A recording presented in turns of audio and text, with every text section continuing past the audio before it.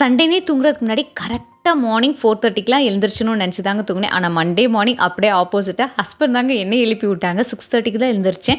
என்ன பிளான் பண்ணுறதுனே தெரியல.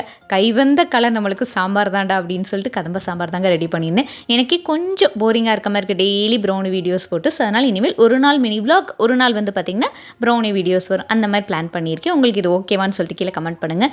நல்லா சூடாக காஃபி ஒரு 7 o'clock போட்டு முடிச்சுட்டு அப்படியே கடகடன்னு குக்கிங்கில் வந்து தீயாக இறங்கிட்டேங்க.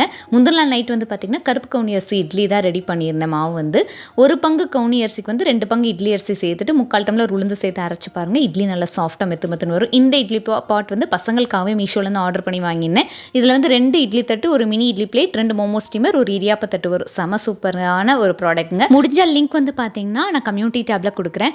எல்லா சமையல் ஒர்க்குமே முடிச்சுட்டு லஞ்ச் பாக்ஸ் பேக் பண்ணுறப்ப கரெக்டாக டைம் 8:15. சாருக்கு செம சூப்பராக லஞ்ச் வந்து ஆன் டைமுக்கு பேக் பண்ணி ஆஃபீஸ்க்கு அனுப்பிச்சாச்சு.